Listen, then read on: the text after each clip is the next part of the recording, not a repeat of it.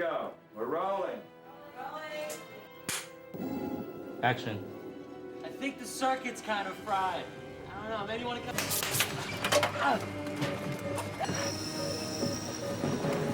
The gamma's too high! Get out! And pow! And you go back to original framing. I would like to translate the excitement, the comic book, to the audience. Action. But I think in the comic book, nobody really cared about Bruce Banner. He's a loser, he's a wimp. I need somebody who has the Bruce Banner manner and the look, but in the same time, potentially he has to have that Hulk in him. I chose to work with Eric Bana because I found he has those qualities. At the beginning, Aang, I can be lower, can't I? Just for the start. I sort of need you to do both. Okay. Eric has that kind of power and that bottled up rage, you know, that was so essential to the Bruce Banner that we were creating for the movie. You must come angry. There's something really caught off guard in his expression, you know, very vulnerable and kind of stuck, kind of scared, kind of vulnerable and like a little boy. There's something about his performance that just engages you. You want to watch him. You can't stop watching him. He's excellent. You'd know I'd never hurt you. I think you already have. Through Jennifer and her performance as Betty, we come to care for Bruce Banner, and we come to understand the Hulk. She's the one who cares for both of them. And we'd be watching dailies, and we'd all be crying. That's the kind of truth and emotion that Jennifer Connelly is able to bring to the film and to the role of Betty. She's brilliant, and she is beautiful to look at, and she brings intelligence to the movie. She has most of the quality that we're looking for in Betty Ross. She comes onto the set, and you just always get to the heart of it. It is quite a special experience working with her. Aang is somebody who really works with people he respects and who gets the respect back from them. It was wonderful to see him working with people, let's say, like Nick Nolte, who was so engaged at the kind of philosophical level with what the script was about, that he and Aang would just have hours of discussion. Or Abraham looking up at a god, or Jesus Christ, he would start asking why. Okay. He's totally crazy, and I had one of the best time in my career working with Nick. He is always passionate about whatever the texture provide him.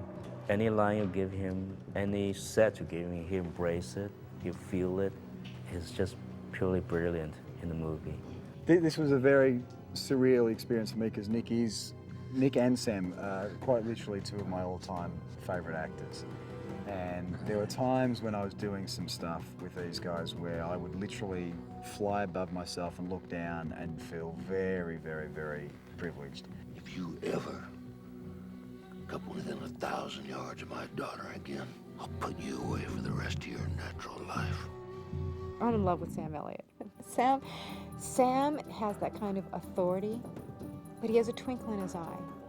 We did not want General Ross to be a cardboard cutout of a bad military guy.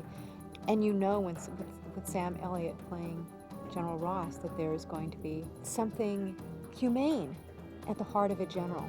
Sam Elliott is, aside from being a guy who looks great in uniform, is really an actor's actor. I mean, he simply has achieved a level of craft and stature that's almost unparalleled. He kind of is the general. Josh Lucas is somebody who has made literally dozens of films in the independent sector and was waiting for his day to emerge as a leading man. You turn green and all these guys come in and kill you, and I perform the autopsy. You don't, and maybe I go too far and break your neck. Josh understood the movie completely from the get-go. He understood that he was playing a character that was in a comic book and that he could be a little bit broad, and he was depending on Aang to tone him into the tone that Aang wanted. He loved being the bad guy. His character Talbot is quite glossy and the bad guy, and he had a blast doing that. Eric and I were sort of more the straight men in the middle in this sort of strange comic book world, you know. But it was really nice coming onto the set. We've got a terrific team that Aang has chosen to work with on the film. There's Rick Heinrichs, who has done a number of the Tim Burton films, and the production design of this film is tremendous. And James Schamus, who's written a fabulous script. My relationship with Aang now, we're on our 8th film. It's pretty much just an old married couple. He bothers me incessantly with appeals for very in-depth philosophical discussions as to why I'm doing this, why are we making this movie, what's at stake, until finally I can't take it anymore and I tell him to go away and actually write the screenplay. And Fred Elms, who's a longtime collaborator of Aang's, is our director of photography. The look of the film is just luminous. It's an indie sensibility brought to an epic comic book canvas. Aang brought in an entire sensibility and a focus on what is it that drives Bruce Banner? What is it that brings the Hulk to life? It is a movie that has that kind of emotional depth. And, and let's face it, drama comes out of conflict, and there's conflict galore in this movie. Action.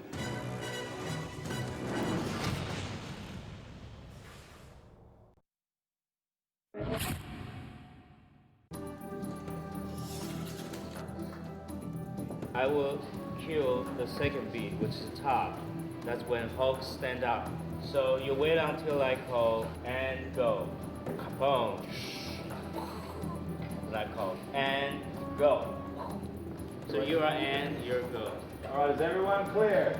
Let's spin it out and go to work. And we are rolling.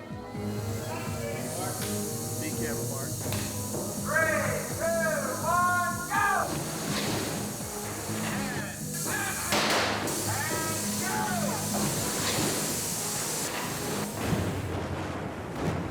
It's a big movie. There's a lot of destruction and a lot of physical effects on the set. You know, it was very difficult work.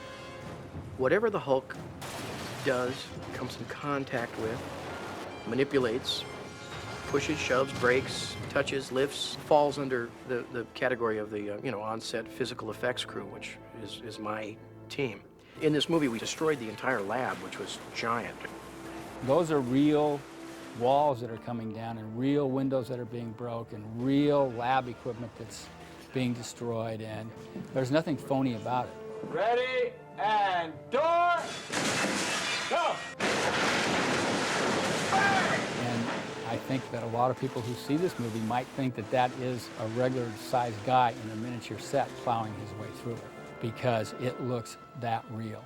All aircraft. We moved on to San Francisco, where we took 12 cars and rolled them down Telegraph Hill with the Hulk cracking up the street, tipping a cable car with people falling out. The entire street's supposed to erupt, and everybody's supposed to react to that. Yet there's no eruption actually taking place. So we had to really kind of have this fine integration with the CGI folks and the special effects department, especially because they were flipping cars and rolling or tipping trolleys over, and people were falling off. And so we had to really work closely together for that, to make that scene work. We moved on to the Sequoias, where we had the Hulk and animated dogs smashing the front of the car. The dogfight primarily is computer generated, but prior to the fight actually beginning, the Hulk is talking to Jennifer Connelly's character, and he picks her up and he puts her on the roof of the car. And then he takes her off of the roof of the car when the dogs start to attack, and he sticks her in the car and slams the door. And that had to be a really fine integration between us and CG Hulk, so that when the Hulk carried her to the car, she bounced, she moved up and down so that it matched the Hulk's stride. We then moved on to Victorville, where we blew up the 12,000 square foot housing complex with the military trying to attack. Moving into the Banner house, where we had more Hulk interactivity. Bruce Banner gets really upset. Hulk's out, kicks the shit out of Talbot, and leaps away. There's a scene where the Hulk kicks me through the wall of a house, and I'm in a couch. And, 9 cameras, amazing looking, huge explosion. Which means, a couch has to lift itself, throw itself out the window. One of Charlie's guys has to be on the couch, on cue fall off the couch and hang up on a rail as the couch ends up down into the street. The next sequence, or part of that sequence, the Hulk walks out, bashes through the front of the house, boards, nails, screws flying everywhere, with Charlie's guys still on the rail, not hurting him. So any of those situations like that, Charlie and I meticulously talk about how we're going to design an explosion that will later appear as though the Hulk has created this by his force and walking through. You have to really think about movement is important, how the actor moves in relationship to the way the Hulk is going to move when the animators get a hold of it. 3, 2, 1, go. A lot of the movies me getting beaten up physically by the Hulk or by the fights that Eric and I have, or being thrown around or being smashed into things. We had a great time on this stuff, and obviously have to place a lot of faith and trust in each other. And the good thing about the scenes with Josh was it was the only person that I really got to do some really heavy physical stuff with. So it was always a relief when he would come onto the set, even though he'd beat the crap out of me every time.